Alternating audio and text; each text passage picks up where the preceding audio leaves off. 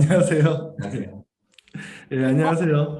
저는 위아더 퓨처 세션 진행을 맡은 차우진이고요. 이번 세션에서는 케이팝의 미래에 대한 이야기를 좀 나눠볼 예정입니다.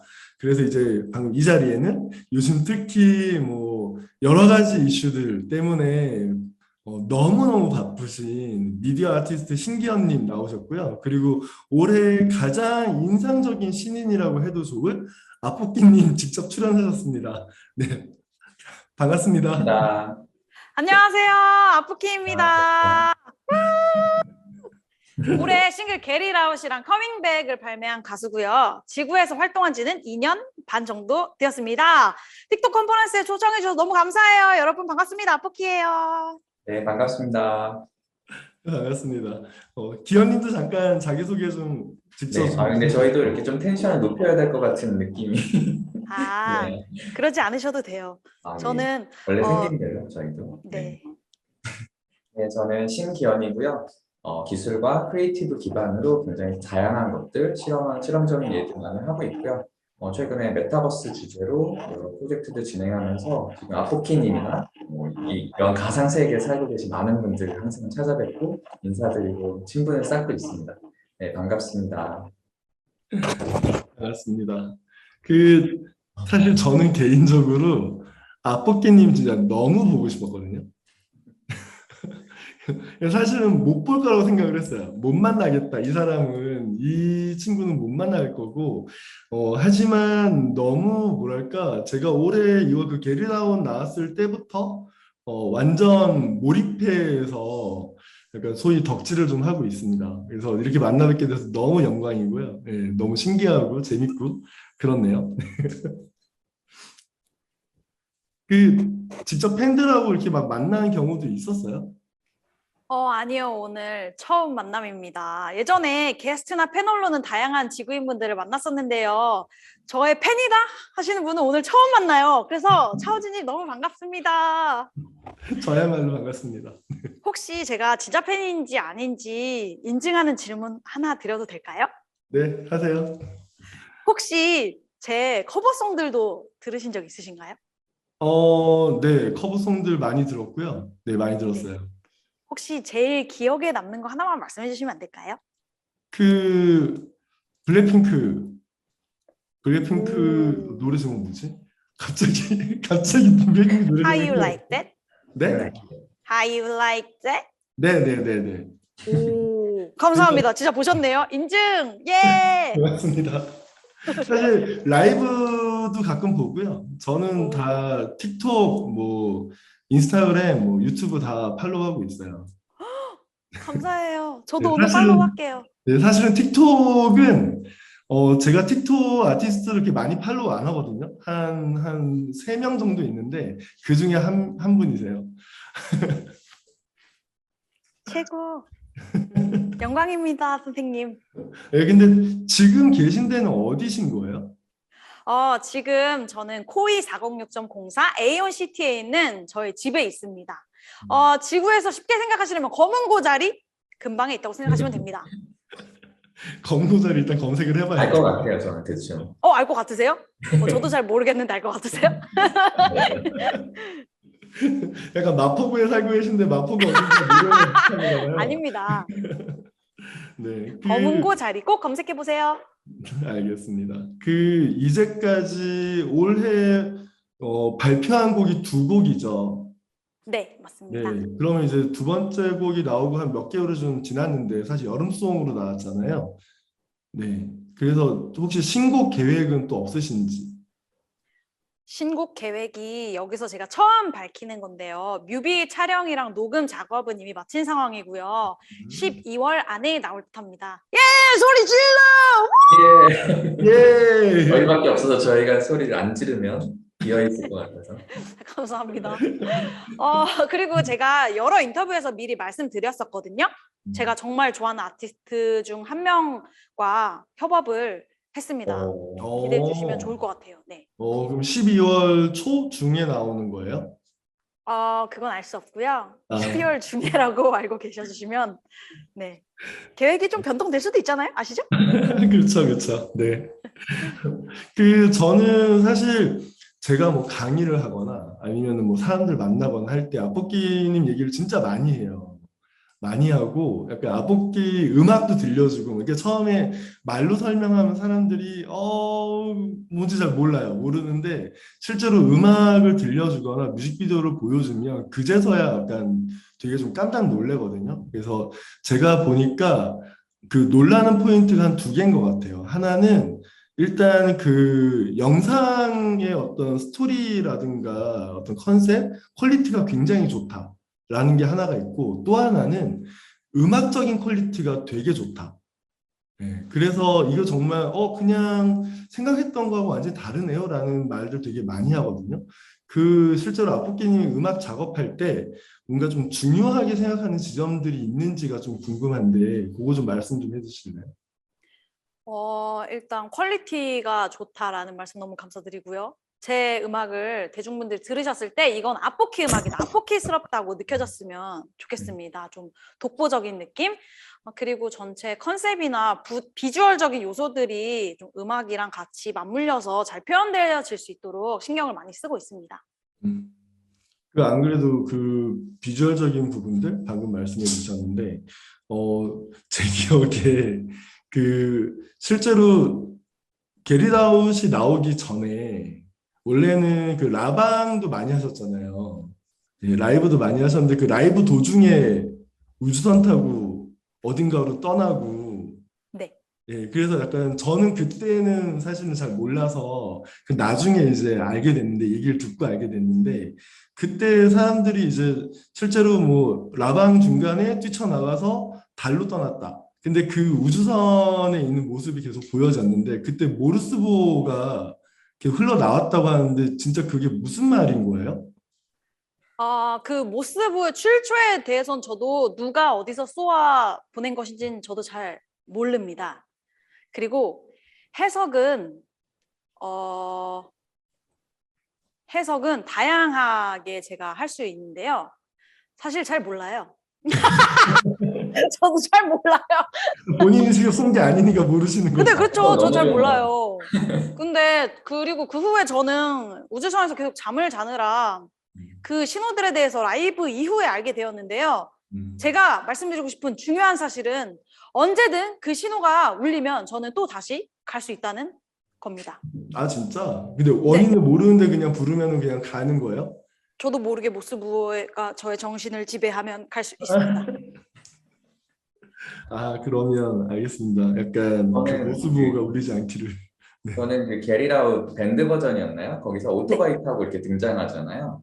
그게 그 제가 좋아하는 애니메이션인데 아키라의 한 장면 같아 보였어요.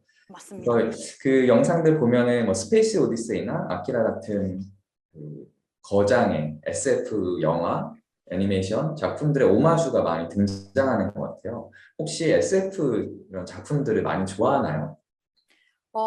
굉장히 지구의 SF 작품들을 흥미있게 봤습니다. 제가 보니까 지구인들이 생각하는 우주에 대해 궁금해서 몇몇 우주에 관한 SF 작품들을 찾아봤거든요. 그 중에서 인터스텔라, 그래비티, 2001 스페이스 오디세이, 그리고 아키라 등을 제가 제일 흥미롭게 봤어요. 그리고 스페이스 오디세이를 보고 너무 깜짝 놀란 게 영화에 묘사된 우주 정거장의 모습이 제가 실제 타고 다니는 우주선이랑 정말 너무 비슷하게 생겼거든요. 그게 1968년도에 나온 영화잖아요. 스탠리 큐브릭 감독님이 어떻게 그런 시대를 뛰어넘는 상상한지 정말 생각했을 때 너무너무 지구인들 대단한 것 같습니다. 그리고 방금 아까도 말씀해주신 아키라에 나오는 카네다의 바이크 드리프트 씬을 제가 오마주하고 싶어서 뮤직비디오에 포함시켰거든요. 근데 그게 확실히 딱 기억에 나셨나요? 괜찮았나요? 굉장히 멋있었어요. 아유, 감사합니다.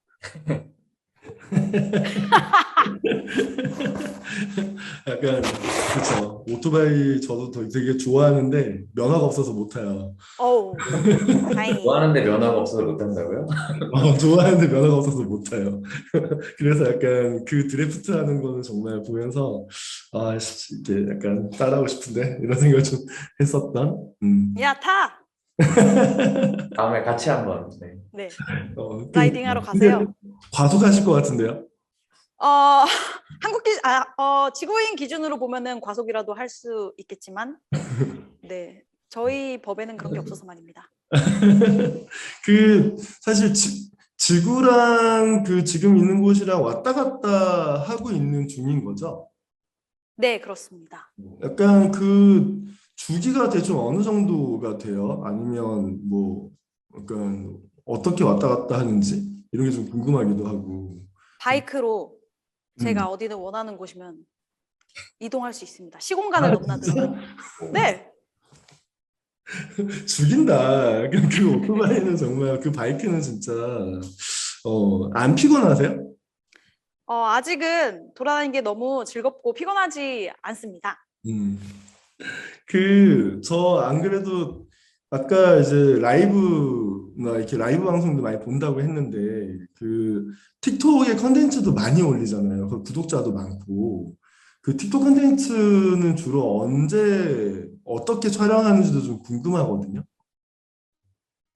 틱톡 콘텐츠는 주로 저녁에 촬영을 하고요. 한국 시간 기준으로 밤 11시쯤 업로드합니다. 그때가 팬분들의 반응이 가장 좋더라고요. 음. 그리고 보통은 제가 대부분 셀프캠으로 촬영을 하는데 혹시 제 뒤에 있는 오바 도주 아세요?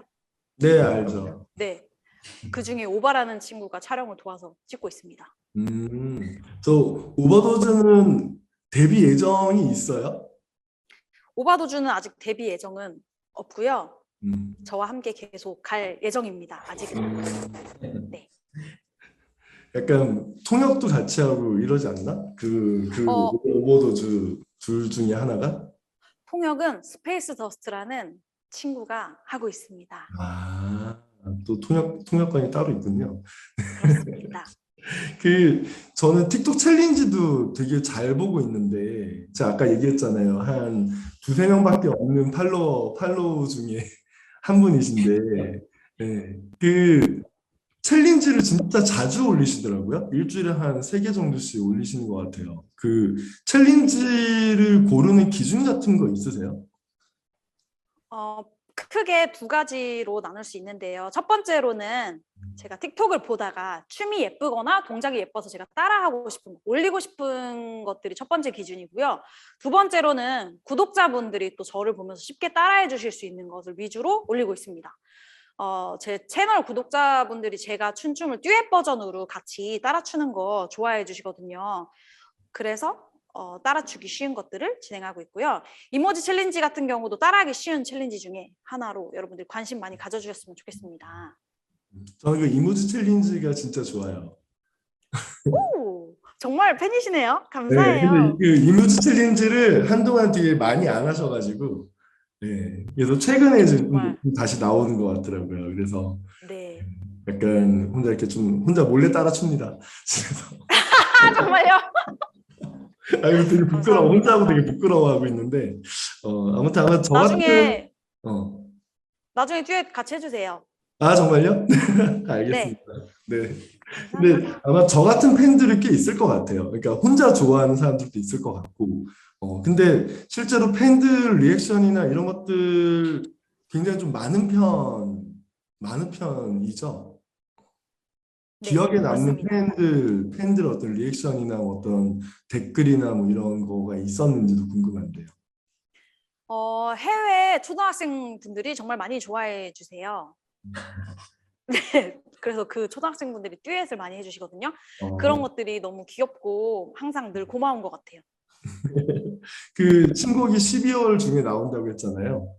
예, 신곡 나오면은 딱 콜라보 하고 싶은 뭐 그런 챌린지 하고 싶은 그런 크리에이터가 있으면 누가 있는지도 궁금하고 그렇습니다. 찰리 더 밀리오라고 아십니까? 여러분 틱톡의 대스타잖아요, 요새. 네, 이분 춤을 요새 틱톡에서 많이 따라했었어요. 그래서 꼭 이분이랑 함께 챌린지 하고 싶습니다. 약간 저기 뭐지? 메시지 DM 따로 보내고 그러실 거예요. 만약에 그분께서 먼저 연락을 안 주실 테니까요. 제가 해야 되지 않을까요? 되게 재밌어 할 것 같아요. 어, 저도 그랬으면 좋겠습니다. 그 약간 이런 질문도 궁금했는데 팬들이 그러니까 제가 앞볶이님 좋아하는 거는 그냥 진짜 딴 게 아니고 음악이 되게 좋아서거든요. 음악과 그 이를테면 그 노래 내용 노래에서 나오는 어떤 아우라 같은 것들 이런 게 되게 좀 뭐랄까 굉장히 좀 파워풀하고 그러니까 되게 개성 있고 그래서 되게 좋아하는데 앞볶이님이 본인이 생각할 때 팬들이 앞볶이를 좋아하거나 혹은 앞볶이의 음악을 좋아하는 포인트가 또 뭐라고 생각하세요? 제가 생각했을 때를 질문해 주시는 거죠? 네. 일단 저는 제 음악에 굉장히 자신이 있습니다. 그리고 그냥 노래가 좋지 않나요? 소리도 너무 매력적이세요. 감사합니다. 웃으시는 걸 특히 그러니까 웃어주세요.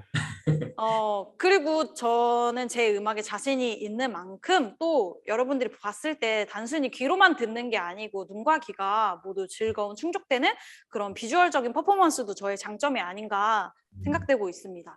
그리고 아시다시피 저는 공간에 제한되지 않고 그리고 다른 것들에 다 제한하지 않으려고 노력을 하고요. 새로운 퍼포먼스를 보여드릴 수 있어서 대중분들, 리스너들에게 새로운 경험을 전해줄 수 있다고 생각하는 게 저의 장점입니다.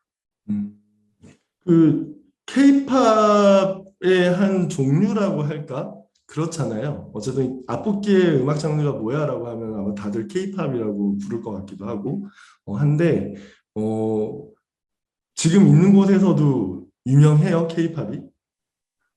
네. 굉장히 지금 저희 A1CT의 다른 행성들보다 지구가 제일 핫하고요. 이곳에서도 K-팝을 좋아하는 뚜렷한 팬덤이 형성되어 있습니다. K-팝은 지금 굉장히 범우주적인 현상으로서 네, 방탄 좋아해요! 방탄 사랑해요! 이거 진짜 글로벌도 아니고 약간 범우주로 우주적, 네, 범우주적인 장르. 은하계로 나가는구나, 이제. 문화적. 범은하. 약간 그 K-팝을 뭐라고 할까요? 정의한다고 할까? 앞볶이가 생각하는 K-팝이란 어떤 음악일까요? 제가 생각하는 K-팝이란 또는 K-팝의 매력이란 좀 단순하고 경쾌한 리듬과 비트인 것 같아요. 그리고 좀 중독적이고 따라 부르기 쉬운 멜로디? 그리고 비주얼과 퍼포먼스가 사실 K-팝의 굉장히 중요한 요소라고 저는 생각해요. 군무 이런 것도 사실은 K-팝에서 처음 시작된 거잖아요. 그래서 저는 그게 K-팝의 매력이라고 생각합니다. 그러니까 춤 실력이 남다르죠. 감사합니다. 춤 실력이 남다르시고 약간 진짜 그 K-팝 진짜 제 입장에서는 이거를 좀 정의를 해야 되는 게 저의 미션 같긴 해요. K-팝스러움은 또 뭐냐? K-팝스럽다라고 표현하는 거는 또 어떻게 설명할 수 있냐? 이건 이제 제 몫인데 어쨌든 보고 있으면 정말 K-팝스러운 요소들이 있거든요. 그게 되게 감탄스러운 것 같아요. 정말로. 네. 감사합니다. 하지만 저는 K-팝에 국한되지 않고 앞으로 쭉쭉 범우주적으로 뻗어나가는 우주 대스타가 될 거예요. 스페이스로 이런 거. 스페이스로. 우주 대스타. 멋있네요. 나중에 밴드도 한번 해보시고. 네. 네, 해보도록 너무 하겠습니다. 좋을 것 같아요. 그 앞볶이가 전하고 싶은 어떤 메시지랄까? 혹은 어떤 음악으로 얘기하고 싶은 거. 그래서 팬들과 만나거나 혹은 실제로 이제 여러 앞볶이를 좋아하는 사람, 앞볶이의 음악을 좋아하는 사람, 앞볶이가 궁금한 사람, 이런 사람들이 있을 텐데 그들에게 어떤 이야기를 음악으로 전하고 싶으세요? 음악으로 어떤 이야기요? 사랑과 평화는 아니고요. 사랑과 평화는 아니고 이제 지구인들과 탈차원적 존재들의 연결고리가 되는 것이 저의 목표이자 목적이고 그게 저의 메시지인 것 같아요. 시공간을 초월하는 사랑의 메신저로서 최선을 다할 거고요. 이제 경계가 없다는 것 그런 거 여러분들께 알려드리고 싶습니다. 그러니까요. 그런 게 너무 소중한 존재인 것 같아요. 뭔가 이 경계에서 약간 왔다 갔다 하면서도 양쪽을 다 잇는 존재로서의 역할과 책임 같은 게 있지 않을까? 여러분 들리세요? 어, 들리시나요? 들려요. 어떡하죠? 제가 진짜 다음 스케줄이 들리는데요? 있어가지고 지금 당장 도쿄로 떠나야 합니다. 죄송합니다만 여러분 나중에 갑자기 또 뵙고요. 세 번째 알겠습니다. 싱글 기대해 주세요. 여러분 네, 갑니다. 알겠습니다. 신곡으로 만나요. 네. 근데 걸어서 나가는 것 같은데. 그 약간 좀 신기하면서도 좀 되게 재밌는 경험이었던 것 같아요. 기원님은 어떠셨어요? 저는 우진님도 신기했어요. 우리 대화를 저렇게 잘 나누시는 모습이 네, 우리나라에서 교육받으시고 이 나이까지 이렇게 성장하시면서 흔치 않다라는 생각이 들었습니다. 네, 이 나이까지. 네, 미래적인 감성 갖고 계신 것 같아요. 저 좀 어색했고, 고맙습니다. 약간 어떻게 해야 될지 모르겠네요. 음. 약간 안 그래도 요즘에 워낙 메타버스, 뭐 NFT, 뭐 가상현실, 뭐 그러니까 버추얼 빙, 뭐 이런 용어들이 굉장히 많이 나오면서 워낙 기현님도 바쁘시잖아요. 여기저기서 뭐 이렇게 발표도 많이 하시고 프로젝트도 진행하시고 약간 그런 입장에서 뭐랄까 이걸 한번 좀 정리해 보면 좋을 것 같다는 생각은 들어요. 볼 때는 지금 약간 혼돈 속의 카오스 같은 그런 그렇죠? 상황인데, 예, 약간 메타버스는 뭐고, 뭐 버추얼 비잉은 또 어떤 거고, 그러니까 그 안에서 지금 어떤 뭐 브랜드든 기업이든 뭐 아니면은 뭐 아티스트든 팬들이든 뭔가 준비하고 있는 경험하고 있는 것들은 또 어떤 식으로 전개되고 있는지 한번 좀 요약을 좀 해주시면 좋겠습니다. 네, 지금 주신 질문으로 사실 컨퍼런스 하나 만들어야 될 정도로 범위가 넓거든요. 그래서 이제 아프키님 가셨으니까 저희가 먼저 버추얼 빙이라는 하나의 키워드에 한번 집중해서 이야기 나눠보면 어떨까 싶은데요. 지금 우리가 만났던 가상적인 어떤 정체성을 가진 아포키님을 만났죠. 이런 것들을 최근에는 버추얼 빙이라는 표현으로 설명하는 것들이 좀 유력해 보여요. 아직 완벽하게 정의된 것은 아니지만 그러면 또 이런 질문들이 나오죠. 캐릭터는 뭐냐? 뭐 아바타는 뭐냐? 굉장히 이런 단어들, 용어들로 인해서 우리가 아직 혼란스러운 상황인 것 같은데요. 우리가 단순하게 생각을 했을 때 캐릭터는 영화나 애니메이션이나 소설 안에 이야기 속에 등장하는 정형화된 어떤 인물들이죠. 반면에 이제 아바타는 여러분들께서 여러 서비스들 쓰시면서 나를 닮은 캐릭터들을 생성을 하잖아요. 그리고 그들끼리 서로 상호작용을 하기도 하고 좀 자유도 있는 어떤 행동들을 하기도 하죠. 저는 일단 이러한 모든 것들을 현재로서는 일단 버추얼 빙이라고 정의를 하고 싶고요. 경우에 따라서는 이제 우리를 닮은 모습의 아바타 같은 것들이 있을 수 있지만 아포키님처럼 굉장히 매력적이고 개성 있는 다른 형태의 캐릭터인 경우도 있죠.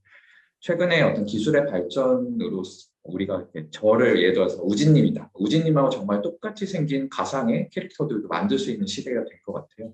그래서 꼭 뭐 가상적이고 매력적인 것이 멋있다. 사실적인 게 멋있다. 이러한 좋고 나쁨의 차이는 없는 것 같고요. 우리가 현재 만나고 있는 어떤 대상들의 다양성이 정말 무한대까지 확장되고 있다. 이런 현상들에 대해서 좀 이야기 드릴 수 있을 것 같아요. 저는 약간 제3의 존재 같은 게 되고 싶은 것 같아요. 가능하다면. 그리고 우리가 사실 게임이라는 것도 너무 이제 익숙해졌죠. 예전에는 뭐 게임을 정말 좋아하는 사람만 했었다라고 하면 지금은 거의 제가 봤을 때는 전 국민이 게이머가 된 것 같고 플레이어가 된 것 같아요. 그랬을 때 이런 두 가지 개념도 한번 짚고 가면 좋을 것 같아요.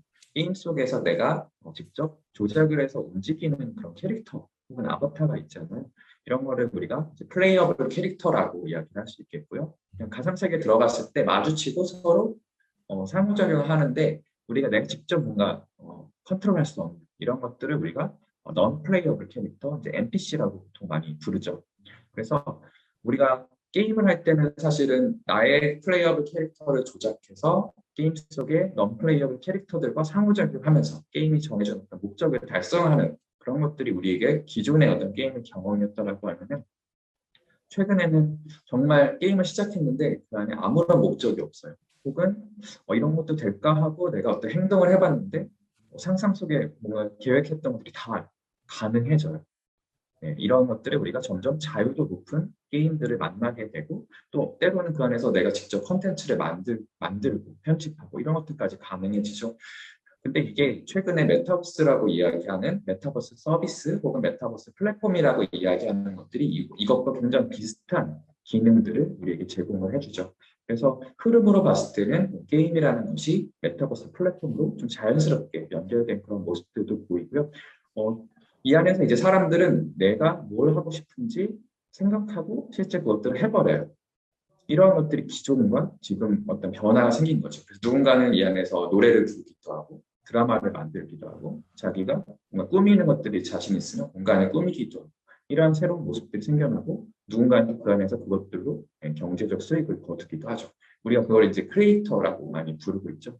유튜브나 뭐 트위치 같은 플랫폼에서부터 지금은 메타버스라고 하는 여러 서비스 플랫폼 안에서도 실제적으로 크리에이터라는 사람들의 활약이 점점 두드러지는 그런 모습인 것 같습니다.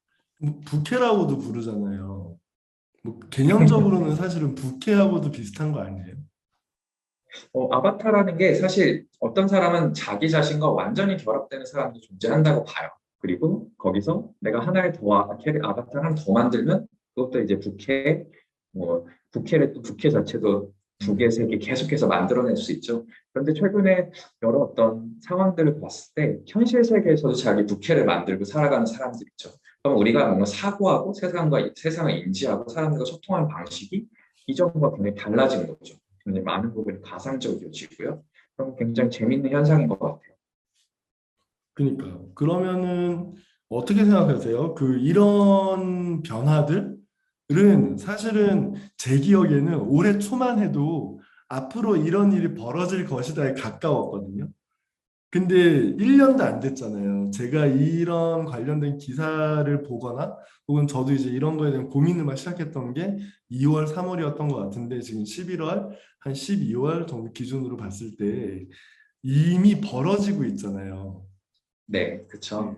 그러면 도대체 무슨 일이 더 벌어질 거냐 이런 거에 대한 고민, 그 궁금증이 되게 많으실 것 같아요. 이 지금 세션을 보고 계시는 분들 입장에서는 뭐 저는 사실 자신 있게 말씀을 못 드리겠어요. 저도 확신이 없고 혼란스러운 상황에 있어요. 근데 제가 메타버스나 지금의 어떤 가상세계 이런 것들을 접한 지가 10년이 넘은 것 같거든요. 음, 그만큼 시간이 오랫동안 지나왔고 때로는 저라는 사람 자체가 이런 것들을 열광하고 이런 것들 안에서 살아가는 모습이 사람들의 눈에 좀 이상하다라고 비춰졌던 시기도 있었던 것 같아요. 그런데 말씀하신 대로 올해 초 그리고 코로나 사실 저는 작년 중순부터 이런 느낌들이 왔었는데 제가 뭔가 세상과 반대로 이렇게 가고 있을 때 세상이 이렇게 뒤집어져서 저에게 덮어지는 느낌.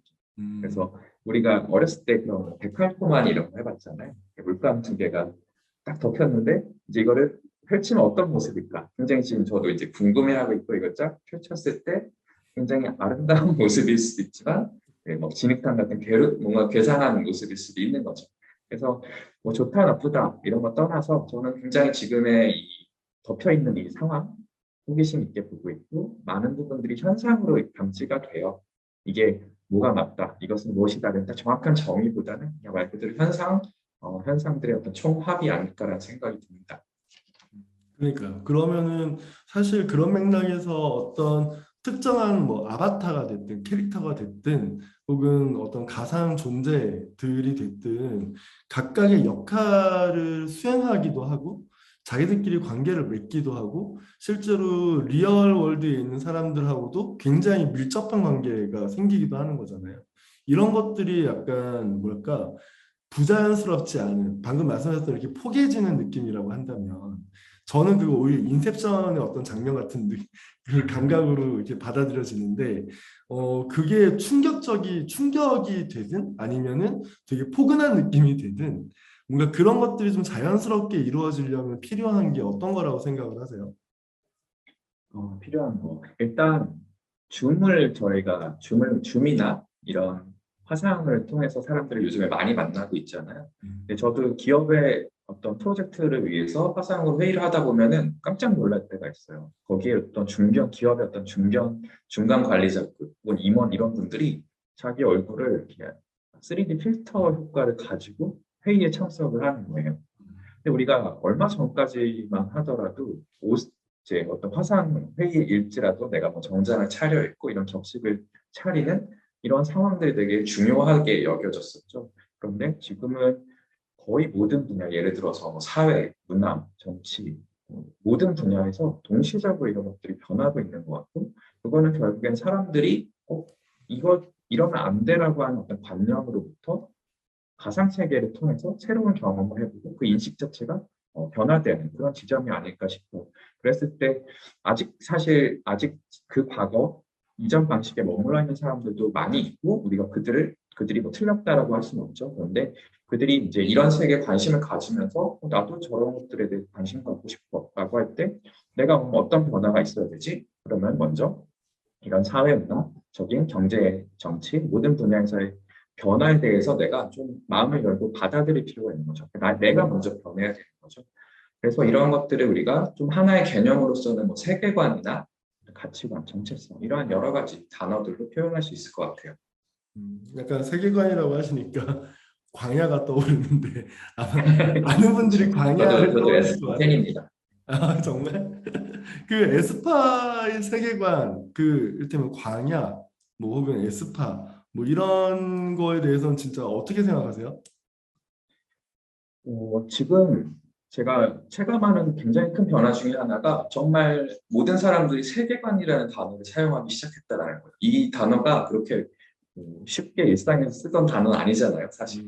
그리고 과거의 어떤 세계관이라고 하면 내 어떤 정체성, 가치관 굉장히 무겁고 진지한 무언가가 투영되는 그런 개념이었다라고 하면은 지금 우리가 소비하고 있는 세계관이라는 개념은 지금 세계를 새롭게 생겨나는 수많은 가상세계, 이야기적인 어떤 장치들을 더 몰입감 있게 들어갔다가 일시적으로 그것들을 소비하고 빠르게 빠져나올 수 있는 그리고 우리가 그것들을 소비하는 방식을 보더라도 굉장히 많은 것들을 동시에 경험하고 있어요. 여러 세계관을 동시에 경험하고 어떤 것들을 들어갔다가 쑥쑥 들어갔다 나왔다가를 빈번하게 반복을 하고 있죠. 그래서 그러한 하나의 장치로서의 표현을 지금은 세계관이라고 이야기할 수 있을 것 같고요. 과거에 뭐 어떤 스토리 중심의 영화나 게임이나 소설이나 드라마 이런 것들은 그 안에 존재하는 캐릭터들의 경우에 세계관을 굉장히 스토리를 중심으로 세계관이 충분히 다져져 있고 그 캐릭터들이 이제 나와서 게임 속으로 들어가기도 하고 요즘 말하는 메타버스 플랫폼으로 들어가서 뭔가 활동을 하기도 하죠. 그런 것들이 세계관이 없이도 가능해지는 지점들이 있을까라고 했을 때 아까 말씀하셨던 에스파의 경우에는 세계관을 굉장히 두텁게 가져가는 사례라고 볼 수 있겠고요. 반대로 우리가 최근에 많이 보게 되는 그 패션 모델로서의 버추얼 빙들이 있죠. 대표적인 사례가 우리나라의 경우 로지라는 한 인물이 있고요. 그리고 해외에도 릴 미켈라나 뭐 여러 패션 모델들이 있잖아요. 그런 경우에는 그런 세계관을 강하게 가져가지 않더라도 오히려 우리 현실 속에서 같이 살아왔고 우리가 이제 만났고 앞으로 많은 시간을 함께 보낼 거야 같은 오히려 일상적인 층위에서 우리가 그들을 인식하고 나 스스로도 그들과 함께 살아가고 있다는 그런 정체성을 갖게 되는 것 같아요. 그래서 세계관이라는 장치는 지금 굉장히 포화 상태에 넘쳐나는 시대이고 이걸 정말 잘 활용하는 건 굉장히 중요한 것 같아요. 그러니까요. 그런데 오히려 저는 원래 좀 어두운 사람이어서 그런지 모르겠지만 오늘도 좀 어두우신 것 같아요. 저는 되게 약간 화사한 그래서 아포피님 뵌다고 해서 화사하게 하고 왔는데 저 사실 근데 너무 추웠어요 오늘. 그 디스토피아적인 상상력이 있잖아요. 그래서 네. 사실 방금 말씀하신 것처럼 가상인간들, 그 가상 존재들이 실제 우리 일상에 어떤 이미 오랫동안 뭐 이렇게 존재해 왔거나 혹은 함께 공존하고 있다는 그런 설정 혹은 그런 세계관을 가지고 있을 때 저는 좀 요즘에 좀 흥미롭게 보는 거는 그런 세계관, 설정을 사람들이 이질감 없이 받아들인다는 거예요. 거기에 대해서 질문하지 않아.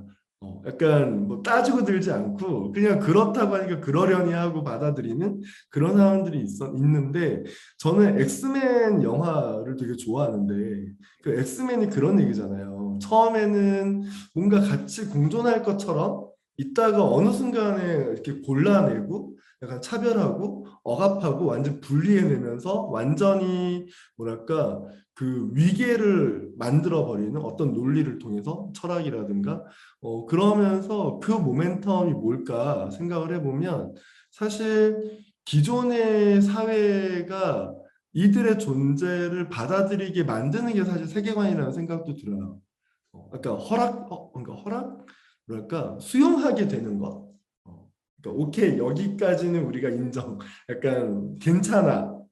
근데 어떤 선을 넘어가면 그게 뭔지 모르지만 어떤 선을 넘어가면 그때부터는 어떤 지점들이 완전 달라지지 않을까라는 생각이 들 때도 있고 뭐 그런 점에서 좀 되게 좀, 좀 의미심장하게 생각해 볼 만한 얘기가 아닐까라는 생각도 들고요. 네. 결국에는 내가 뭔가 갖고 있는 것들이 위협받지 않는 상황에서는 그들과 공존하는 것에 대해서 굉장히 포용적일 수 있는 반면에 어느 순간 내 밥그릇에 이제 이 가상의 존재들이 뭔가 위협하기 시작한다. 그랬을 때부터는 이제 그들에게 어떤 편견을 갖게 만드는 어떤 프레임을 씌우거나 그런 메시지들을 확산하거나 이런 일들이 분명히 벌어질 거라고 보고요. 뭐 우리가 그거에 앞서서도 인공지능이라는 기술을 전 국민이 알파고를 통해서 알게 됐고 준전문가급으로 이렇게 이해도가 높아졌잖아요. 그래서 당장에 내 일자리를 뺏긴다라는 어떤 두려움에 근데 이들은 막상 손에 만져지지 않고 굉장히 가상적이고 기술적으로도 내가 그것들을 빠르게 이해해서 해석하기 너무 어려워라 그런 두려움, 막연한 두려움들이 있을 수 있는 거잖아요. 그래서 지금의 어떤 현상들을 봤을 때는 굉장히 소비적인 측면에서 잉여적으로 이런 것들을 이용하고 있어도 그만 없어도 그만 그리고 진짜냐 가짜냐 구분하려 하다가 그게 뭐가 중요해 무슨 상관이야 하면서 그런 메시지 속으로 우리가 쑥 들어갔다가 정말 신나게 놀고 다시 나오고 이런 것들이 반복될 수 있는데 점점 이런 것들이 비중이 커지고 우리의 살 자리가 사라지게 될 경우 과연 어떤 모습으로 이 사회가 이들을 바라볼까 또 어떤 규제가 나오는 건 아닐까 법들이 제정되는 건 아닐까 이런 생각도 드네요. 좀 그러니까요. 재밌는 지점을 말씀해 주신 것 같아요. 네, 제가 2017년, 16년, 17년 그쯤에 그 K-팝에 대한 어떤 좀 시리즈 리포트를 쓰면서 그때 다뤘던 한 챕터 하나가 이제 세계관에 대한 챕터였는데 그때 저의 논리는 그거였어요. 그 K-팝 기업 혹은 K-팝 그룹에게 세계관이 필요한 이유는 지속 가능한 비즈니스 모델을 만들기 위해서다.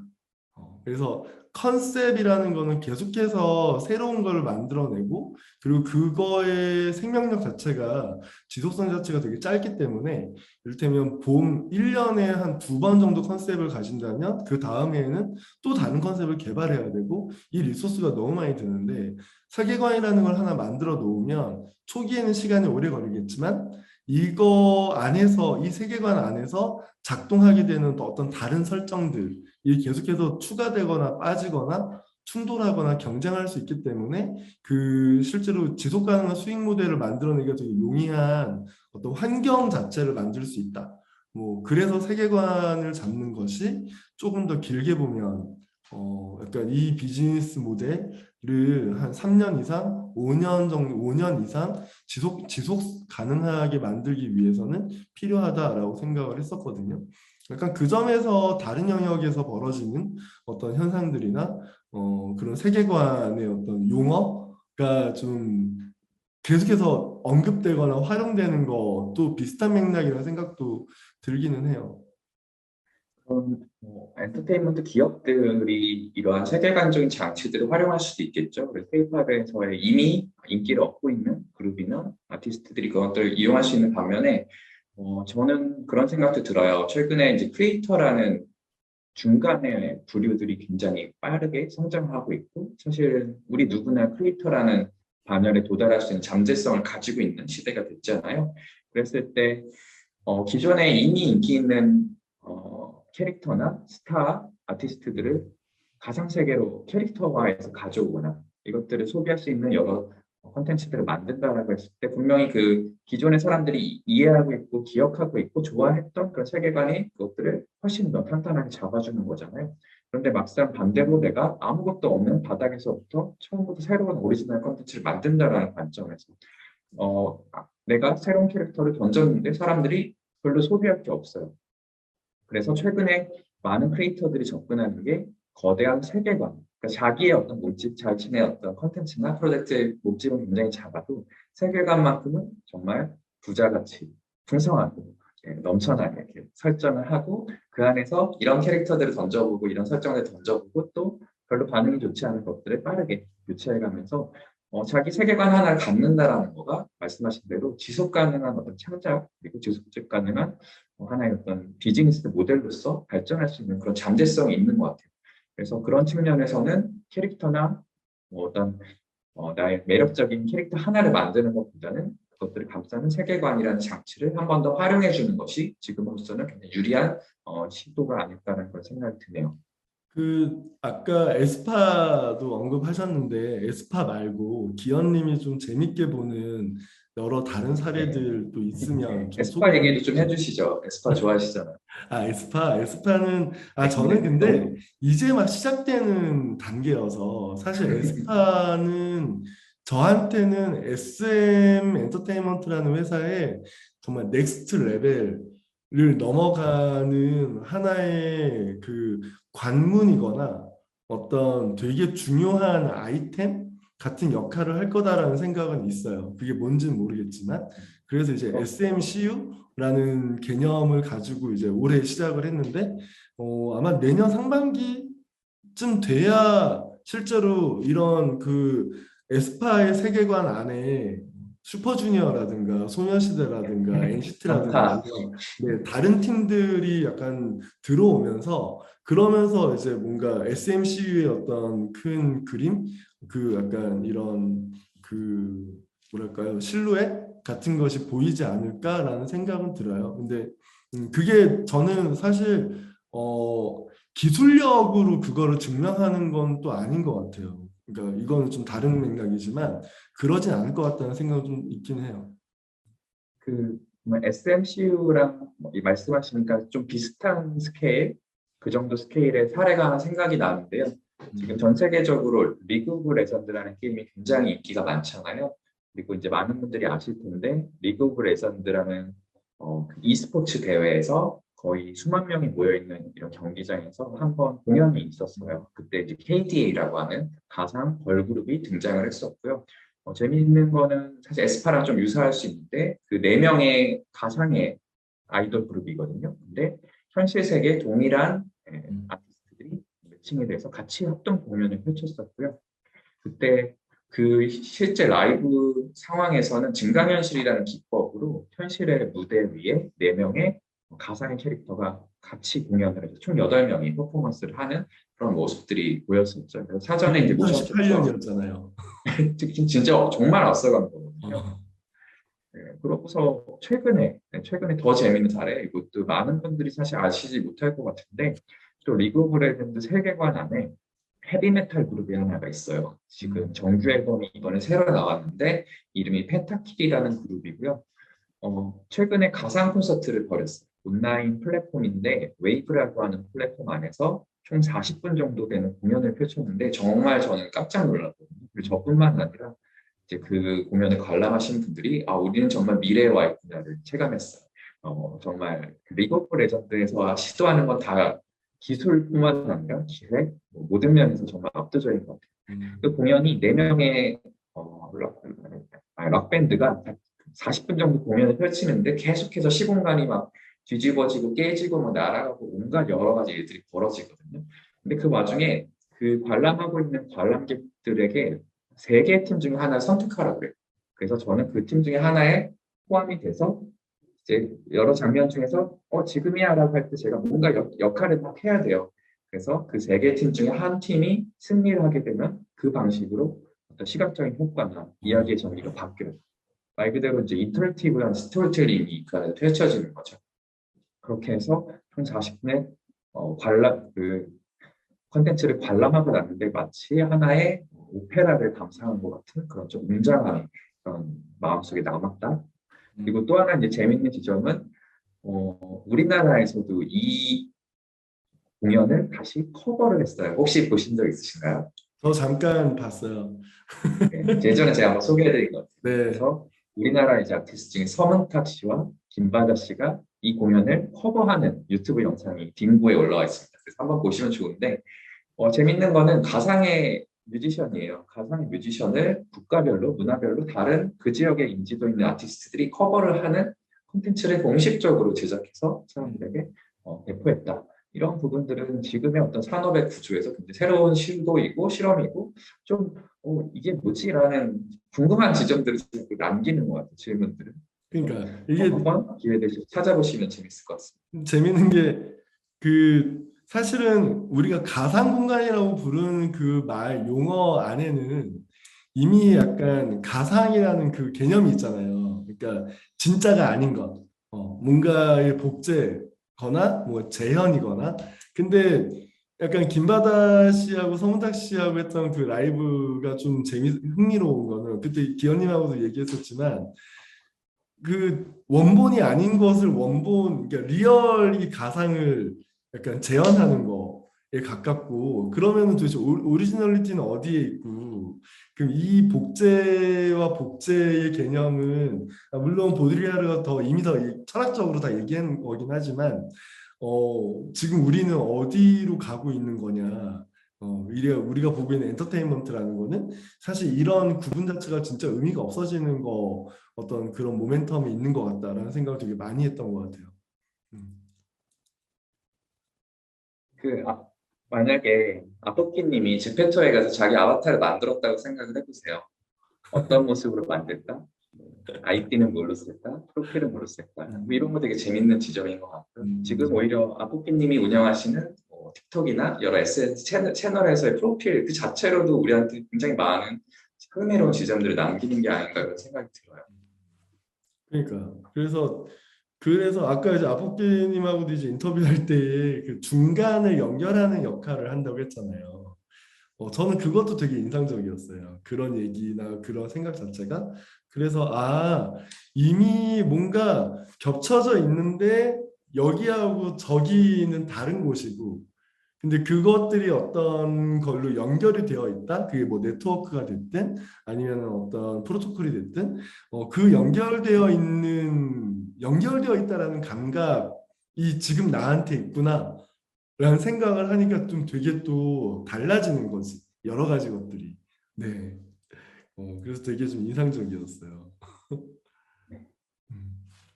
그 이런 거 어떻게 생각하세요? 어쨌든 우리는 지금 케이팝에 대한 고민을 좀 하고 있고, 케이팝의 넥스트는 도대체 뭐냐, 케이팝이 어디로 확장해 갈 거냐라고 하는데, 아마 대부분의 사람들은 그래서 케이팝은 글로벌 시장에서 얼마만큼 좀 영향력을 계속 유지해 갈 거냐, 이 한류의 현상, 이게 그죠, 오징어 게임이라든가 BTS라든가 블랙핑크라든가 이런 현상은 얼마나 오랫동안 오래될 거냐.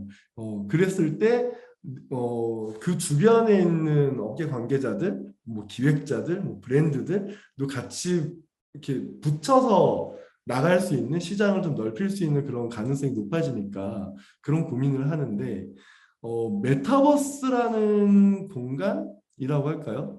새로운 영역? 또 약간 그런 개념과 비슷하게 접근할 수 있을까라는 좀 궁금증도 생겨요. 사실 우리나라만큼 지금 메타버스라는 주제에 관심 있는 나라도 없는 것 같아요. 정말 아이부터 할머니까지 모두가 메타버스를 이야기하고 지금 거의 모든 기업, 뭐 부처 다들 지금 메타버스 안에서 지금 열광하면서 고민을 하고 있죠. 그래서 그 현상 자체가 우리한테는 하나의 에너지가 아닐까라는 생각이 들고요. 지금 예를 들어서 우리가 오늘 언급했던 뭐 에스파의 경우도 있었고 뭐 KDA의 경우도 있었는데요. 이들이 뭐 가짜냐 진짜냐 이런 것들이 이제 더 이상 우리한테 중요한 질문거리가 아니게 되는 순간이 올 것 같아요. 그리고 그것들을 굉장히 빠르게 우리가 받아들임으로써 그들을 우리가 사회의 일원으로 받아들이고 산업의 일부로서 빠르게 흡수를 하는 거죠. 그리고 또 하나는 메타버스를 이제 이야기할 때 빼놓을 수 없는 것이 사실은 기술이거든요. 그래서 우리나라는 이제 K-팝이라는 산업 자체가 기술과 굉장히 맞닿아 있고 새로운 기술이 있으면 굉장히 빠르게 흡수를 하죠. 근데 메타버스라는 영역을 한번 짚어봤을 때 첫 번째로는 저는 그래픽적인 퀄리티. 과거에는 이제 사전에 제작되는 영화나 뮤직비디오, 영상 같은 것들이 있었죠. 그런 것들과 달리 지금은 많은 부분들이 실시간적이고 상호작용적이어지는 그런 실시간 렌더링이라는 기법으로 그래픽이 구현이 되는데요. 그럼에도 불구하고 거의 현실의 사람과 구분할 수 없을 정도의 그래픽이 이제는 우리의 눈앞에 이제 펼쳐지게 됐죠. 그리고 그런 것들을 아주 빠른 네트워크 속도를 가지고 대용량의 그래픽 파일, 그래픽 데이터를 우리가 서로 실시간으로 주고받으면서 상호작용하면서도 끊김이 없고 지연이 없는 이런 기술의 발전이 우리 일상에 다가와 있죠. 그리고 또 하나는 스마트폰 같은 우리 손바닥 위에 지금까지 누구도 가져보지 못했던 강력한 컴퓨팅 파워가 우리 손바닥에 있고 이제 앞으로 많이 언급되는 거 있죠. 이렇게 AR 헤드셋 이런 거 우리가 이제 헤드셋을 썼을 때 맞아요. 우리 눈앞에 우리 머리 가까운 곳에 그런 컴퓨팅 파워를 갖게 되는 거죠. 그리고 좀 도시를 이렇게 돌아다니다 보면은 여러분들이 느끼시는 거겠지만 우리가 살고 있는 현실의 물리 세계의 많은 영역들이 이미 디스플레이로 다 전환이 되고 있어요. 그리고 그것들을 우리가 경험함에 있어서도 더 많은 적은 비용으로 그것을 경험할 수 있게 되고 더 쉽게 경험할 수 있게 되는 거죠.